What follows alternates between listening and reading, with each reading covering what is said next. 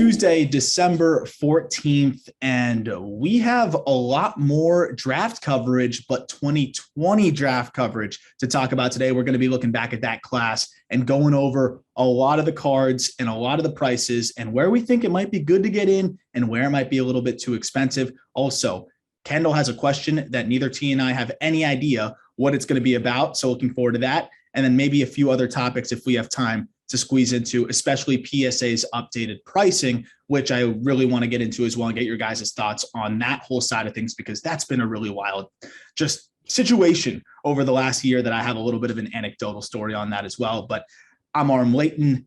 Top left with the Just Baseball hat is Kendall, and at the bottom is T, and we're your cardboard consultants.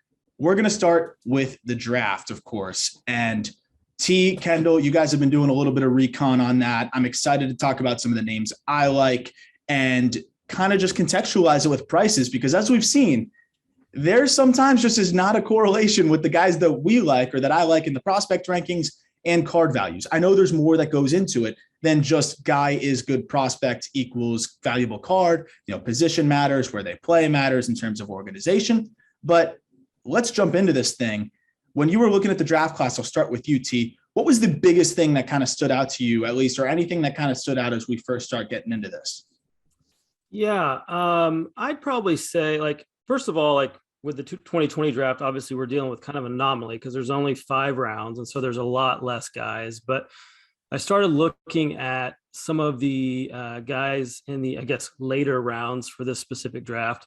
A name that kind of popped out to me when I started looking at prices and, I kind of built the spreadsheet out and where he fell was Kobe Mayo. And that's a guy that we've talked about. We talk about him a lot on the breaks. And I don't know if we've mentioned him on here yet, but Kobe Mayo's price and what I did when I looked at all these prices, and usually we try to go with PSA 10s, but there wasn't enough data there. And so I went with just raw card prices. So obviously when you are going to buy this, just keep that in mind. But Kobe was, obviously drafted in the 4th round. I think he was like 100th overall to the Orioles. And his first is actually didn't come until this year. So he's in the 2021 Bowman set.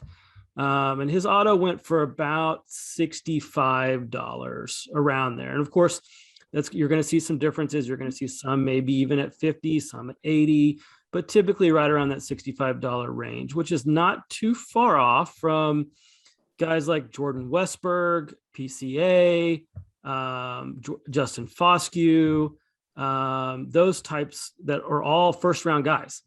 So I think Kobe was one of the guys that kind of stood out to me as one of those guys. Like if you bought into Kobe early, you're sitting pretty, I would imagine.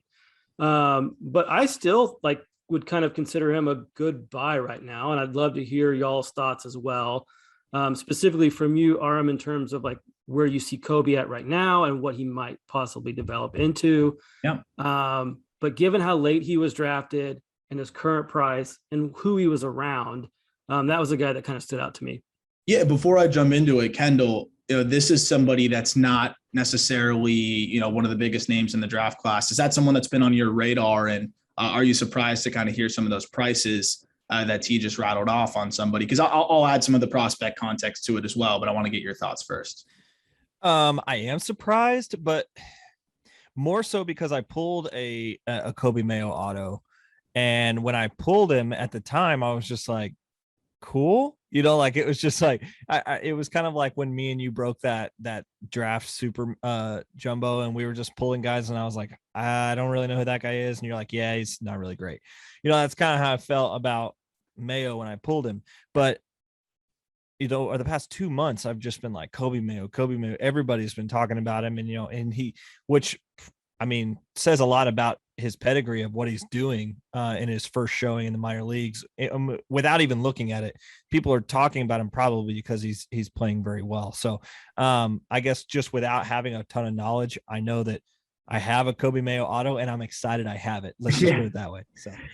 So I think a little bit of that has to do with the fact that he wasn't in that draft class in terms of the box, right? He wasn't in the 2020 draft box. And we've talked about how the last couple checklists have been a bit light in terms of talent because of no 2020 season. And, they were kind of, I don't want to use the term scraping the bottom of the barrel necessarily, because there's some good upside prospects there, but less proven guys, right? They had to dig deep into the international free agents, the guys that have barely even played stateside, because we didn't have a 2020 season where guys always emerge. Now we saw so many guys break out last year that people are geared up to see on the next checklists, like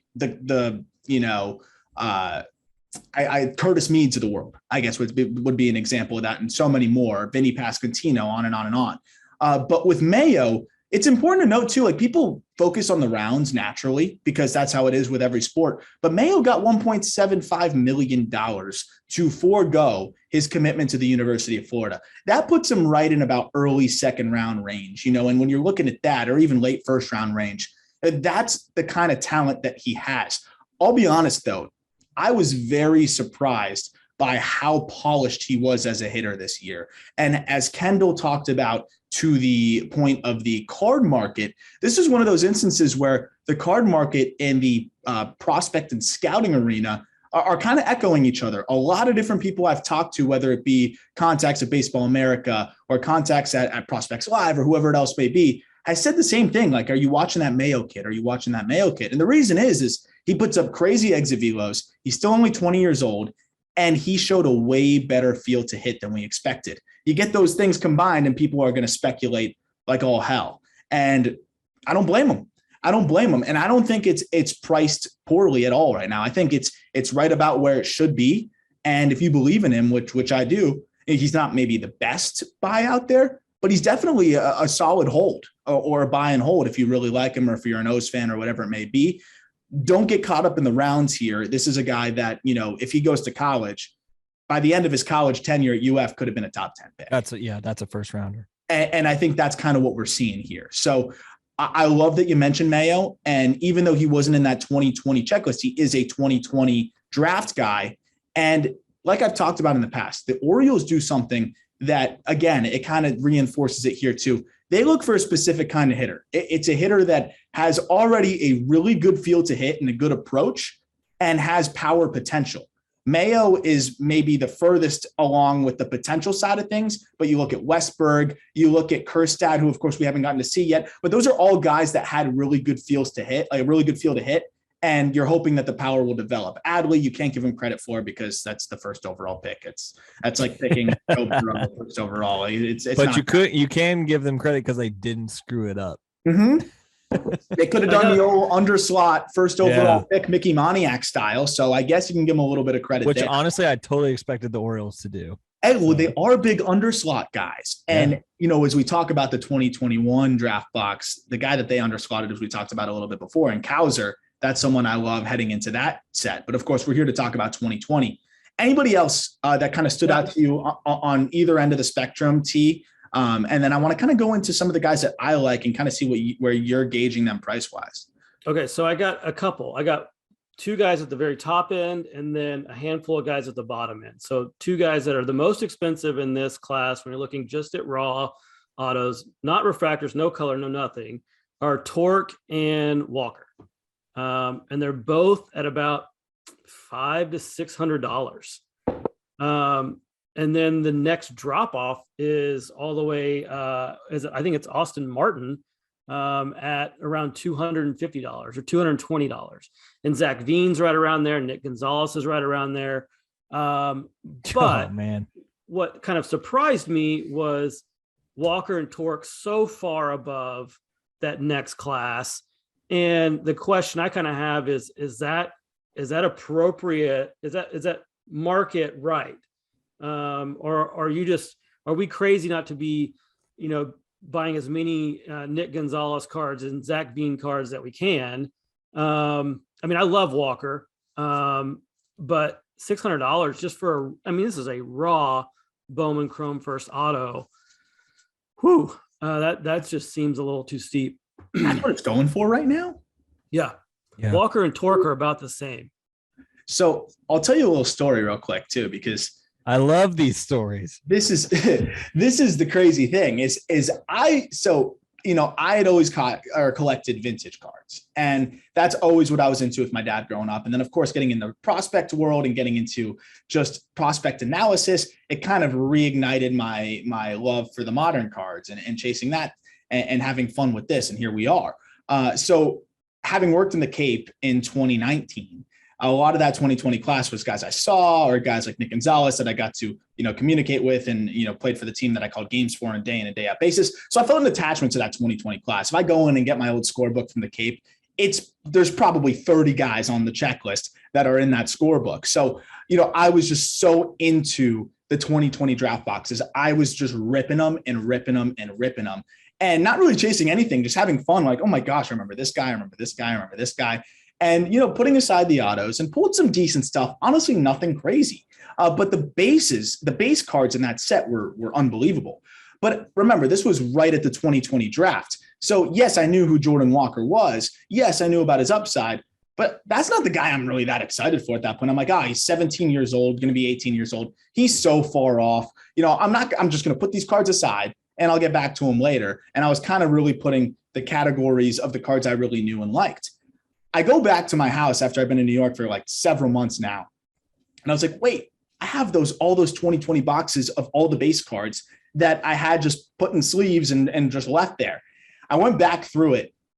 I think I found 7 or 8 Jordan Walker refractor base cards. Nick York, who remember also at draft time, like I was, yeah, he's got a good feel to hit, but like, dude, the guy didn't even have a picture when he was drafted. I'm like, Nick York, you know, I'm not getting pumped about a second baseman already. You know, he's already relegated to second base, but here he is putting up, you know, ridiculous offensive numbers. And now also is one of my favorite prospects. Found a bunch of Nick York refractors too. So it was like almost re-breaking the box. I'm like, how many of these am I going to find?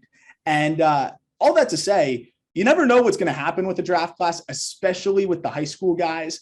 But even for me, someone who was covering the draft pretty closely and knew their upside, like there just wasn't somebody I was looking for. Now Jordan Walker is the most expensive card besides Torkelson. And I can promise you, if I saw a Torkelson refractor, even no auto, I'm sleeving that up right away. So, you know, that's the fun thing about it. And it kind of shows you never know what you have at that moment. But to answer your question, I think Jordan Walker belongs right in that conversation in terms of value with Spencer Torkelson. So is there another guy who belongs with those two?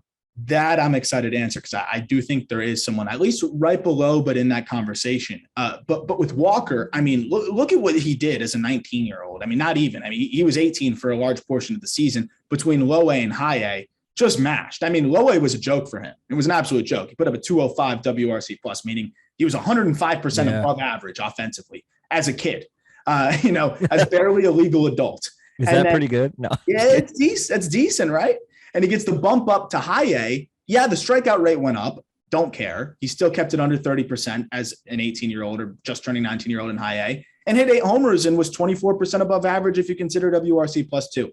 So not only that, I think he's going to stick at third. He's a great athlete, great makeup as well. Both parents went to like Ivy League schools. He's a brilliant kid. Obviously, he has a smart approach up there, and you can see it when you watch him. Power potential is off the charts. He's already putting up 113, 114 exit velos. Remember, he's a teenager. He's 6'5". He moves well.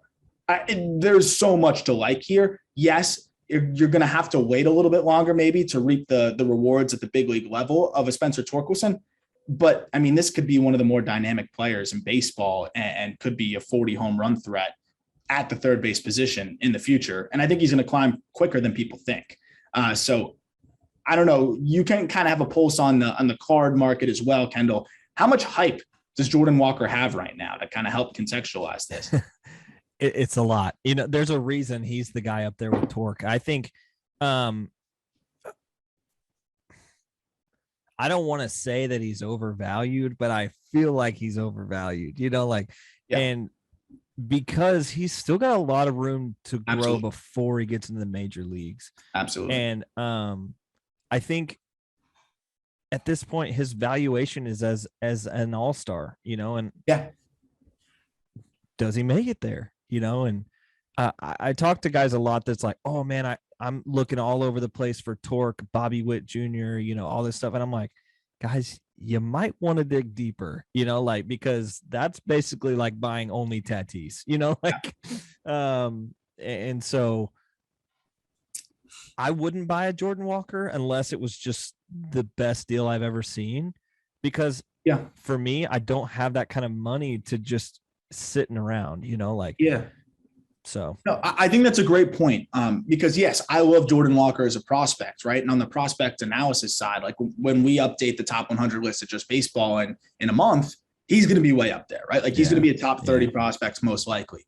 That being said, he's already priced as a top 30 prospect. Yeah. And you bring up a really important point because, if you pull a Walker and you love him, by all means, hold that thing. We're not saying like, oh, he's overrated. Like, for example, Dominguez right now, like priced overrated, priced way out of his means, right? So like that's a guy I pull, I sell, because to me it just doesn't make sense.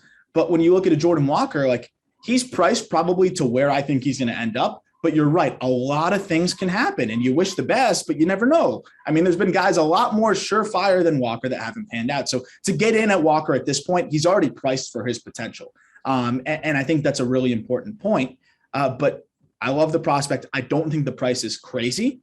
I think it's just kind of people have come around to him quicker than most people usually do with players. And that's a testament to the fact that people are getting smarter in this hobby.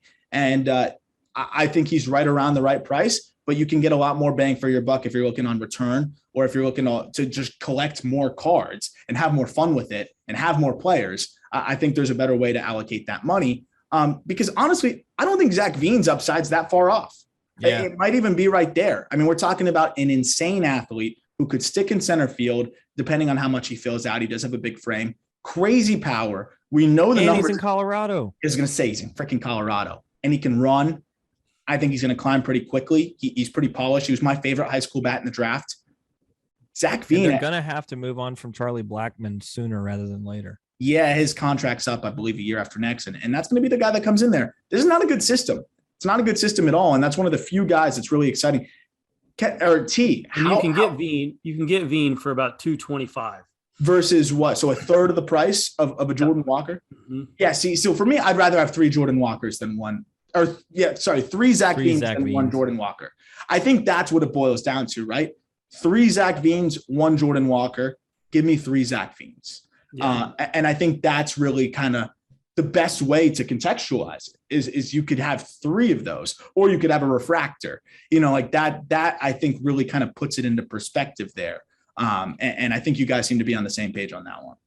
Yeah. I got one more thing when I was looking at this, kind of a lower end guys that I wanted to talk about. Maybe I think there's like a handful of shortstops that you can get, some second round, 1 first round pick, for right around that $10 to $15 range. So I'm going to throw out like 3 or 4 names, and you guys kind of tell me or tell our audience who you would be buying at that $10 to $15 price. I like this. Okay. So third base shortstops, Colt Keith, Freddie Zamora, Nick Lofton, Casey Martin, or Warner Blakely.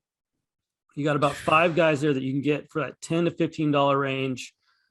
First round, second round, third round, kind of all over the map kind of guys, but right around that same price point, about $15. You go, and first. Some even lower, depending on if you can snipe a guy or not. So can you say him again? Yeah, sure. Casey Martin. I'll go. Yeah, Casey Martin, Colt Keith, Freddie Zamora, Nick Lofton, and Warner Blakely. You want me to go first? Yep. I want me to go first because I definitely don't have as much knowledge about those guys as you do. So my guy would be Nick Lofton.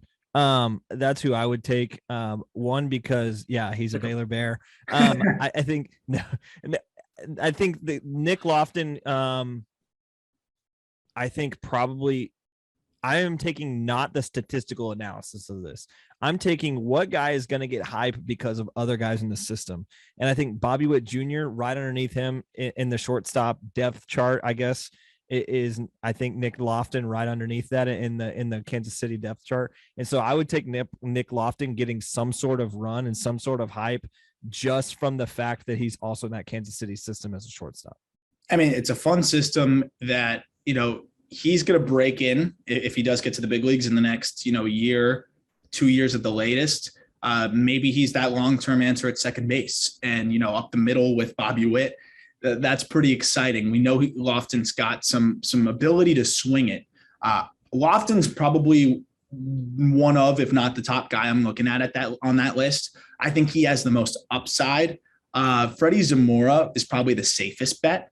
And I've talked about Zamora actually recently on the Just Baseball show because Zamora would have been a first-round pick. He actually tore his ACL in practice in the preseason at the University of Miami and had a lot of momentum before that. Unfortunately, fell in the draft a little bit as a result, was still a second-round pick, I think 53rd overall. He's not going to light it up, so you're not going to get somebody that's really just going to hit 20 jacks and be the most exciting player in the world, but he has a great feel to hit. He's a really good defender, and he's just a well-rounded player who I think has a very high chance of being a big leaguer. So if we're talking about just return, he's going to climb through the minors. He's probably going to break in with the Brewers at the big league level eventually, whether it's at second base, third base, wherever they want to put him. The defense plays, he's versatile, and he's a good athlete. But he's not going to be this boom that you get, but the bat may play up a little bit in Milwaukee. Lofton has the most upside. I think he's got the ability to hit 20 home runs. He is a little bit pull happy, and that's something to watch, but he's a good athlete. And I think that's the most high upside guy. Someone to not sleep on is Colt Keith, because Colt Keith probably has the best bat to ball skills outside of Zamora of that whole group. And he's just putting it together power wise. I thought he had a really good finish to the year. He's over with Detroit, and I like his bat. I think he's got a good feel to hit. I think the numbers are a little bit deceivingly negative. And I think he's one of my breakout guys for next year. He cracked the top 10 for the Tiger system for me. So that's another name I'm watching. And I think he's got no problem sticking at third. Left-handed bat, good bat to ball skills, been on the power developing. He's still a kid, was a high school guy. So the guy I'm staying away from, though, is Casey Martin. I just don't like Casey Martin. Me too, man. There's a reason why he fell in the draft. There was a lot of swing and miss concern, and I think he kind of reinforced that in his pro debut. Most of those guys are high floor, but at least you know what you're getting. With Casey Martin, he's not even high floor. He's just a good athlete, and for me, that's not enough. But I do like that question because I guess if I'm going to pick one, though, I'm going to go Zamora as the safest guy who I think his offense is going to really translate in that ballpark. Awesome. Good stuff. So any other guys I'm trying to think. So I have a couple names that, I'm curious where they kind of stack up with the rest, because I know that Kendall is going to go on his Justin Foscue tirade, but I'm not. I actually was. Yeah. He's actually in my bottom. I was not excited when we drafted Foscue. He has surprised me, but I was so mad when we drafted Foscue. But yeah, he's been a pleasant surprise for me as well. The guy can swing it and more power than I think people thought. So on the offensive side, two guys that I really like, obviously, Nick York, I think, has one of the impressive bat to ball power combos. Yes, he's limited to second base, but he's in a big market in Boston, and could kind of be that heir to just Dustin Pedroia. I know they've had guys there since, but he has a chance to be that guy a little bit for them. And I know that's putting crazy high expectations, but he is that kind of hitter. He is a special, special hitter. I'm a big fan of his. I think the numbers speak for themselves. Bat to ball skills are outrageous. Like, what are the numbers looking like for him? Is he limited because of second base, or is he starting to climb up into that range of the Nick Gonzalez's of the world that we're talking about? He's right behind him. He's right behind him at about $180 for his just Bowman Chrome first auto. So he's not cheap. And, kind of like you said, I think it's probably driven by the market that he's in. He's has a lot of eyeballs on him. That's not going to change anytime soon. So $180 a pop. He's, right around Nick, Robert Hassel, Blaze, those types. So would you say that's kind of like the tier 2, or is that still tier 1, just below the two freaks? Well, Spencer and Jordan are clearly tier 1. Then I'd say the tier 2 is that Austin Martin, Zach Veen, Nick Gonzalez. I'd put York right there. And I think then there's a drop off after that. So I think York is right around the tier 2 when we're looking at this 2020 draft product. Absolutely. Man, I would not put Austin Martin that high. No, Absolutely not. I don't think he deserves to be in that conversation. I know his prices do, but I don't think he does. I think you're right. The third most expensive player when it comes to this. Of course, his card's the 2021 product. But, right. Yeah. He came out he came out with Blaze Jordan in the 2021. And I think all of his autos and everything were redemption too. So I'd be surprised if they're just not a ton on the market yet. He was actually one that I had trouble finding prices for. So yeah, I'm just not a huge fan of Martin in terms of just his upside for what we're talking about relative to the prices, right? Like if he's in that same echelon as some of the other guys that we're talking about, if he's the guy that's right behind the two big guns at the top and some of the guys behind, their ceilings are just way higher. I think if everything goes right for Austin Martin, you're still hoping in the best case scenario, in my opinion, that he's Jonathan India. I really don't think there's much more than that. Obviously, that's a great outcome, but at that price range, you're putting a lot of pressure on. Does he walk that much?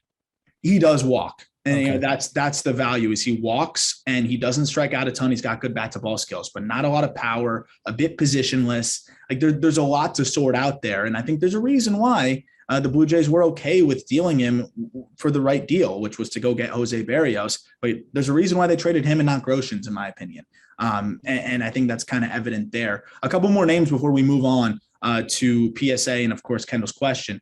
I would love to hear on the other big market guy, Austin Wells, because people shy away from catchers a little bit for obvious reasons. They don't play every single day. They have a short shelf life. They're usually offensively challenged to a degree. But Wells is not going to catch. I'll bet you that. He's going to move to first base or the outfield. And what I can also bet you is that he's going to mash, and he has already. What are his prices looking like relative to some of the other guys? Yeah, Austin is right around that $75 mark, actually kind of right below Tyler Soderstrom. So who's around $85 to $90 below Soderstrom. Where's Dingler in that catcher list? Dingler is way lower. I actually just got a refractor auto of Dingler's for $25. Wow. Which I thought was a great steal. So you can go out and get a Dingler, just a Bowman Chrome First auto for $20. $25. So that's just people being, kind of hesitant with catchers, given the track record, you think? I think so. I also think that Dingler is struggling with being on the same team as Green and Torque. Well, double A was a little tougher. But here's the thing with him is he goes up to double A, right? And it was a quick jump to double A. And hitting secondary, right? Like he's got to handle a double A staff. Right. Like that was what he was doing. And he earned high marks for that. But card investors don't care about your framing, right? They don't care about how you're calling a game. Yeah, that might help your long-term outlook of sticking around, but you got to light up the box score when we're talking about. No one has Jeff Mathis cards. No, exactly. I mean, very few people out there have Jeff Mathis cards, and I think that kind of puts it into context. The thing is Dingler has the ability to be that kind of transcendent catcher. He's a great athlete. I think he's going to hit, but I find it interesting with Wells and Soderstrom. This could be an opportunity to get in on two guys that are, I guess, have a cloud over their head in terms of their value because of the catcher label. But I would bet a lot of money on both of those guys not being catchers in the long term. Does Drew Romo also fit that? I think Romo's got a better chance to stick behind the dish, and you've got more of the high school catcher stigma there. Oh, yeah. We talked about Soderstrom and Wells can swing it. Like we've already seen it. Like we know they can swing it. They both had spectacular years last year. Soderstrom out of high school, especially, and Wells as a young college guy, as a draft eligible sophomore. I'm looking at those guys and I'm loading up on those guys because I think they're either going to go to corner outfield or first base, left-handed bats who rake. And the fact that Wells is cheaper than Soderstrom and Wells plays in New York and Soderstrom plays in Oakland, you got to be looking at Austin Wells as a buy there. I don't think people realize that guy's not going to catch. But I watched him hit 3 home runs in a doubleheader in the Cape, and the dude can swing it. Yeah, that's awesome. Romo's around $20. Wow. So couple more names before we move on that I wanted to get real quick. And we're going deep into the draft now. Like I want to go. Here we go. A little bit further back. Alec Burleson, guy who I had an opportunity to talk to, interviewed him on the podcast and did a write-up for him on justbaseball.com, just kind of a sit-down interview with him because he was the 70th overall pick in the draft. And, just really exploded this year. And the thing on Burleson was he was a two-way player at East Carolina, left-handed pitcher and an outfielder, and was drafted to just hit. And he said to me in the interview, which I thought was really interesting, was I finally was able to put on hitter strength. Like I was able to go heavy on the bench press and do more things that, are typically forbidden for pitchers to do in the weight room. And as a result, it translated into a lot more power. And he climbed through. He was one of the first players in the entire draft class to AA, and just has a great approach, more power than we expected, and a sweet left-handed swing for the Cardinals. What are his prices looking like? Because he's somebody that's, fast tracking himself to the big leagues potentially. $25. Cheap. Yeah. Yeah. So you can get, right around that $25 mark. If you want a refractor, you can probably get it for about $40, $25 to $30, I'd say. Here's one out of $4.99 that sold for $28. Yeah. So you'll see all the prices right around there. That's outrageous to me. Absolutely outrageous because he can swing it. The dude can absolutely swing it, and he's finally focusing on just hitting. I mean, to me, that is a no-brainer on that side of things. Another guy that doesn't have a card that I can't wait to see when he gets a card, I think he's going to have a ton of hype, is Joey Weimer. Another guy that I got the opportunity to talk to, and for him, he always put up crazy exit velos, was just trying to focus on getting the ball in the air more. And oh boy, did he get the ball in the air. Had one of the best stretches. I don't have any way to prove this, but he had a 3-week stretch that I can promise nobody in professional baseball had a better 3-week stretch than this dude did. I think he hit like 9 homers or like 10 homers in 18 games. It was something disgusting between high A and double A. Just totally crazy. But that's another name that, in the next checklists, definitely keep an eye out for him because that's a player I really, really like as well. And then one more guy, Mason Wynn, another Cardinals dude. He was a two-way guy. Looks like he's going to focus more at shortstop. Crazy athlete, has a lot going for him. Can really run, cannon for an arm at short, and has plus power potential. But still has a lot to work out and a very raw prospect, but a very good speculatory pickup if he's cheap. I am not finding him, but hold on. I don't think he has an auto. He might not have a card. Oh, he has a card. I just don't think he has an auto yet. He doesn't have an auto. You could collect the bases, right? Like, is that a good move when a guy doesn't have an auto? Just scoop up the bases? Well, I mean, if that's all he has, then, you could buy a Mason Wynn lot. One just sold. Well, that's one bid. That doesn't count. If you ever see one bid, it's not a real deal thing. Bowman Chrome first, again, one bid. Probably like $3, $2. Here's one for here has 3 bids for a refractor for $325. Yeah, scoop him up because I think his upside is massive. Wide range of outcomes, massive upside for $3. I'll pick up 10. Yeah, not a lot of people are buying him. Here's a Chrome Sapphire PSA 10 that went for $52 with 13 bids. Interesting. That's a name to look at too. But I know you guys have a break to get to in about 40 minutes for wildcards trading. So let's get to Kendall's question and then a quick glance over the new PSA pricing that we have going on. Kendall? Yeah, so I had a question. This actually was presented to me this week, which is I was like, I had to make this decision this week. So I'm going to pitch it to you guys and see if I made the right one, basically. So in this scenario, I have in this hypothetical scenario, I have $50 buying budget this month. I was presented an opportunity with a paper first lot of Young, Greg Jones, and Griffin Conine. Okay. Those 3 with about for $50, I was going to get about 30-ish cards. Or would you put that $50 towards a Chrome Auto, first Chrome Auto of a guy, let's just say like some of the guys we've been talking about in about the $50 range. So let's say 2, what is Veen, like $27? For what? Is that what you said? Zach Bean? Yeah, who was the guy that who was the guy that was like $27 for his auto or for his base? Because Bean's expensive. Sorry, the auto. Dingler was around $25. Burleson, Jake Vogel's right around there. Drew Romo. How much is Wells? Austin Wells is around 75. Oh, okay, never mind. Alec Burleson. Go Alec Burleson. Okay, we'll just say Alec Burleson. Two Alec Burlesons. Two Alec Burlesons or that paper first lot. I don't. Okay, so I like. I'll hold what I did. I'll hold what I did, and then you guys can go. I have bought, like, just recently. I bought 21 JJ Bleday paper first.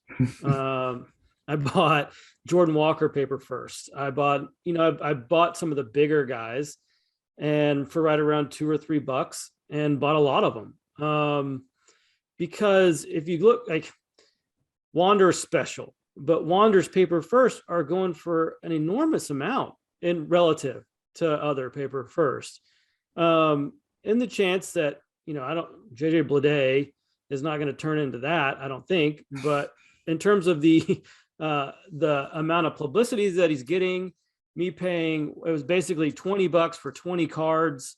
I could turn around and sell those for probably $2 or $3 maybe, or maybe even $4 if in the right market. So I am a fan of buying paper first, and I will continue to kind of put some of these bigger names, kind of stockpile 10, 20, 30 paper first if I can find lots for the right price, because I can turn around and flip these things for double the price. Now, you're not making big money, but I don't really I kind of like doing that kind of stuff. So anyway, short answer, yes, I'm buying the paper first. I don't know if I'm buying that specific lot over Alec Burleson, but I tend to lean buying that bigger lot than one Chrome auto.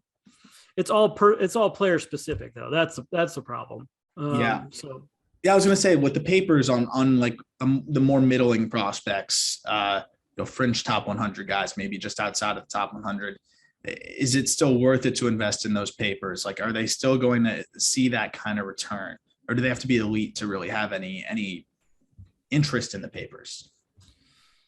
I think it's the latter. I think they need to be a pretty elite prospect for you to turn a significant profit off of a paper prospect. To turn a marginal profit, they don't have to be necessarily elite.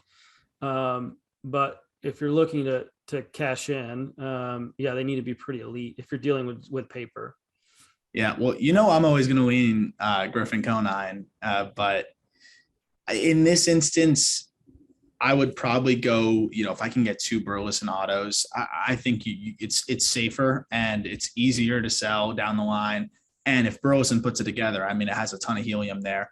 I think he's somebody that even if he isn't elite, can get the call up and get off to a hot start like Lars Nootbaar did. Like, he's got that kind of bat to ball skills. He can play the corner outfield. He's got a good arm.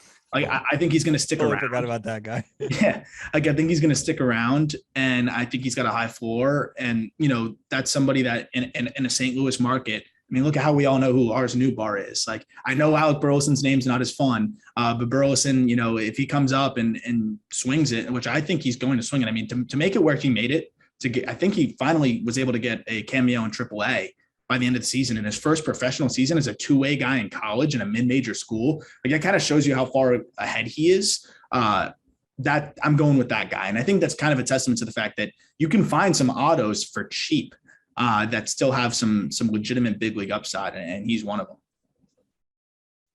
Okay, so my opportunity for in this occasion, this guy was saying, okay, I have a lot of young cards that was like 100 and I think there was like 150 paper firsts. Okay. And this guy had like tons of players. And so I was like, you got any young, and what's the price point? I'm always kicking tires on like if people are wanting to just throw away cards essentially. And So this guy was like, okay, it's like $200 for all these cards. And I was like, oh my gosh. And so I was like, I don't need, and I was like, dude, I have like $20. And he goes, could you do 50? I'll throw in all these. And Griffin Conine, I'll add him. And I was just like, so what I ended up saying was I said, I'm very particular about my space in my collection. Some people are investors, other card collectors are hoarders. And I'm not the hoarder guy. I don't want like 9,000 white boxes in my basement.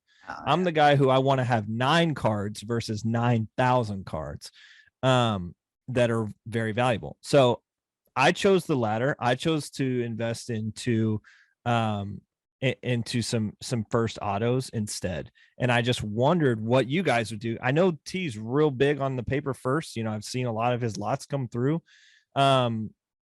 And I think that's a cool strategy and I do have lots of paper first of some players. I have a Bobby Witt Jr. lot that I bought in January of last year, and I have like 100 of them, and I bought them for like I think I bought them for $16. Yeah, I think it's a great approach for guys that you're supremely confident in, and probably a good approach for pitchers because you have a little bit more wiggle room there. I'd have to do the numbers on that, but the reason why I say that is one of the few times I bought a lot, and this was a combination of paper and chrome. I think it was 67 or 68, with the 2/3 of them being paper. Bowman first, Sandy Alcantara's for like $40.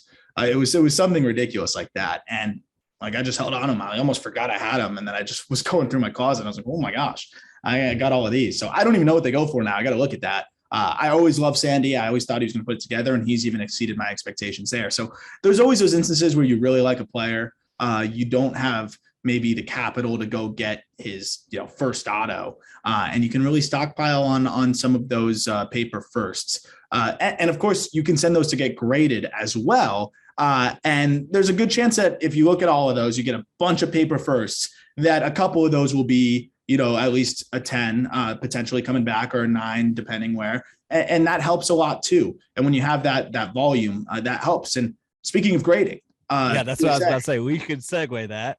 I did that on purpose. PSA. Almost like you know what you're doing, man. Almost. A few too many times I've done this thing, but the PSA is changing their pricing again, or they're bringing back the cheaper pricing. I can't keep up. And speaking of keeping up, T is trying to get himself back into focus.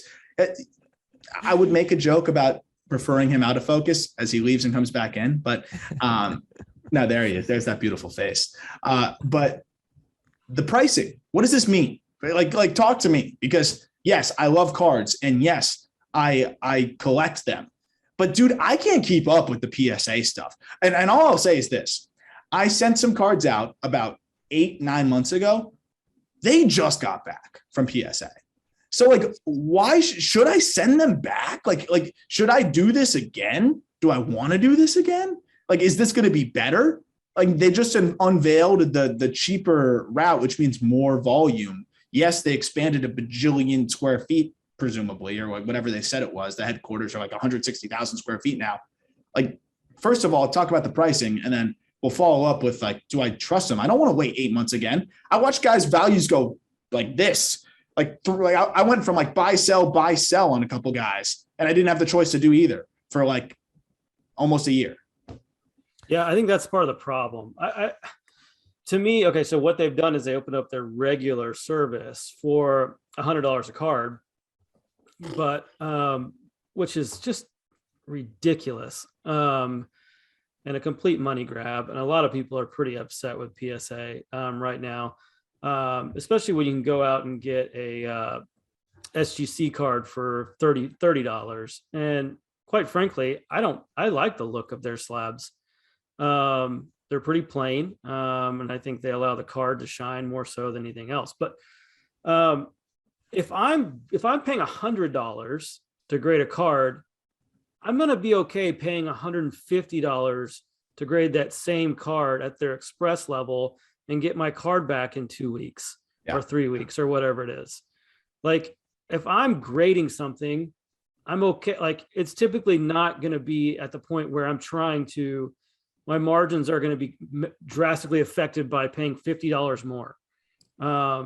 So to me, like if you really need a PSA slab, the express option is still the way to go at $150 versus the $100 regular option. I just think it's a total ripoff, and something I am not remotely interested in doing at the moment. So I can tell you one thing I will not be doing, is sending a lot of paper firsts to them. Like your scenario, that is never happening for me. Because for instance, I bought 5 Brennan Davis paper firsts 10s in February for $200 for 5.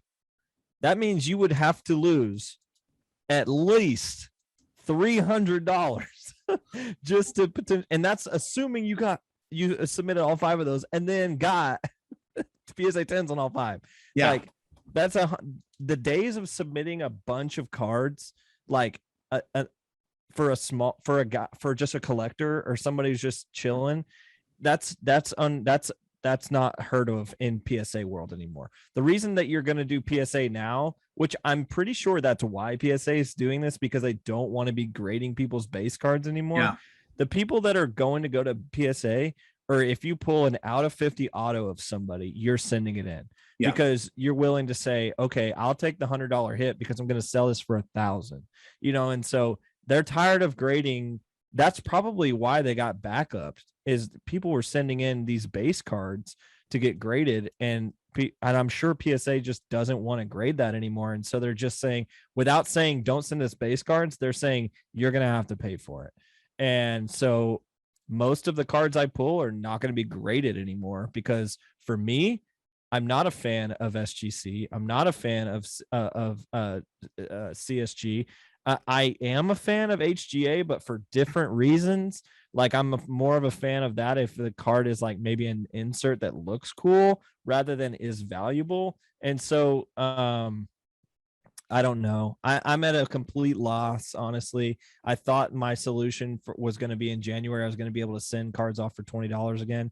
And now I'm just like, maybe I'm only selling raw cards now. So yeah, and it's interesting, right? How does the market react? I think one positive out of this is that the HGAs of the world are getting more of a chance, right? Because the problem is for a new company, a new grading service to emerge, for people to deem it worth sending their cards there has to be a general perspective that their grades matter enough to pay more for the card, right? If nobody's adding value to their grade, no one's going to pay to send it over there. So I think just because of the fact that most people are going to be priced out of PSA, Beckett, I believe, has halted their services for now, right? Like you can't submit anything to Beckett for the most part right now, if I'm not mistaken. It's high-end stuff. Yeah, because I was looking at the prices there and it says, like not available right now.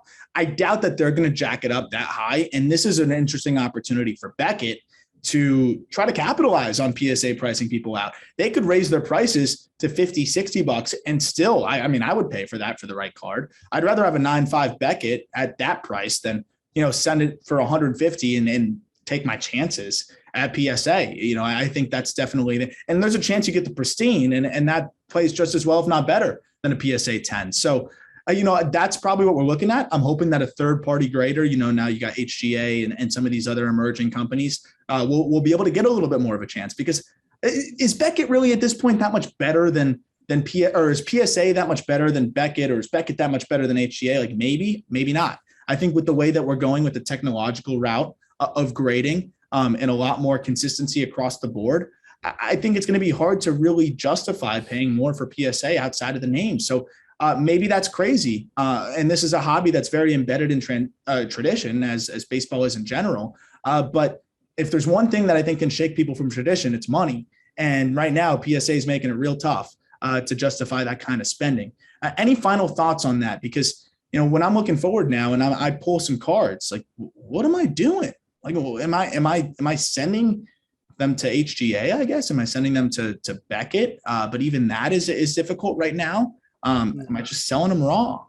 Yeah, I think you either sell them raw or you're waiting. And with this announcement, PSA did come out and say like, hey, we're moving closer to the return of the lower end price points in 2022. So I'm just I'm taking my cards, I'm putting them in a pile, and I'm saying these are the things that I really want graded at some point, and hopefully at some time in 2022 we reach a price point that it just all makes sense.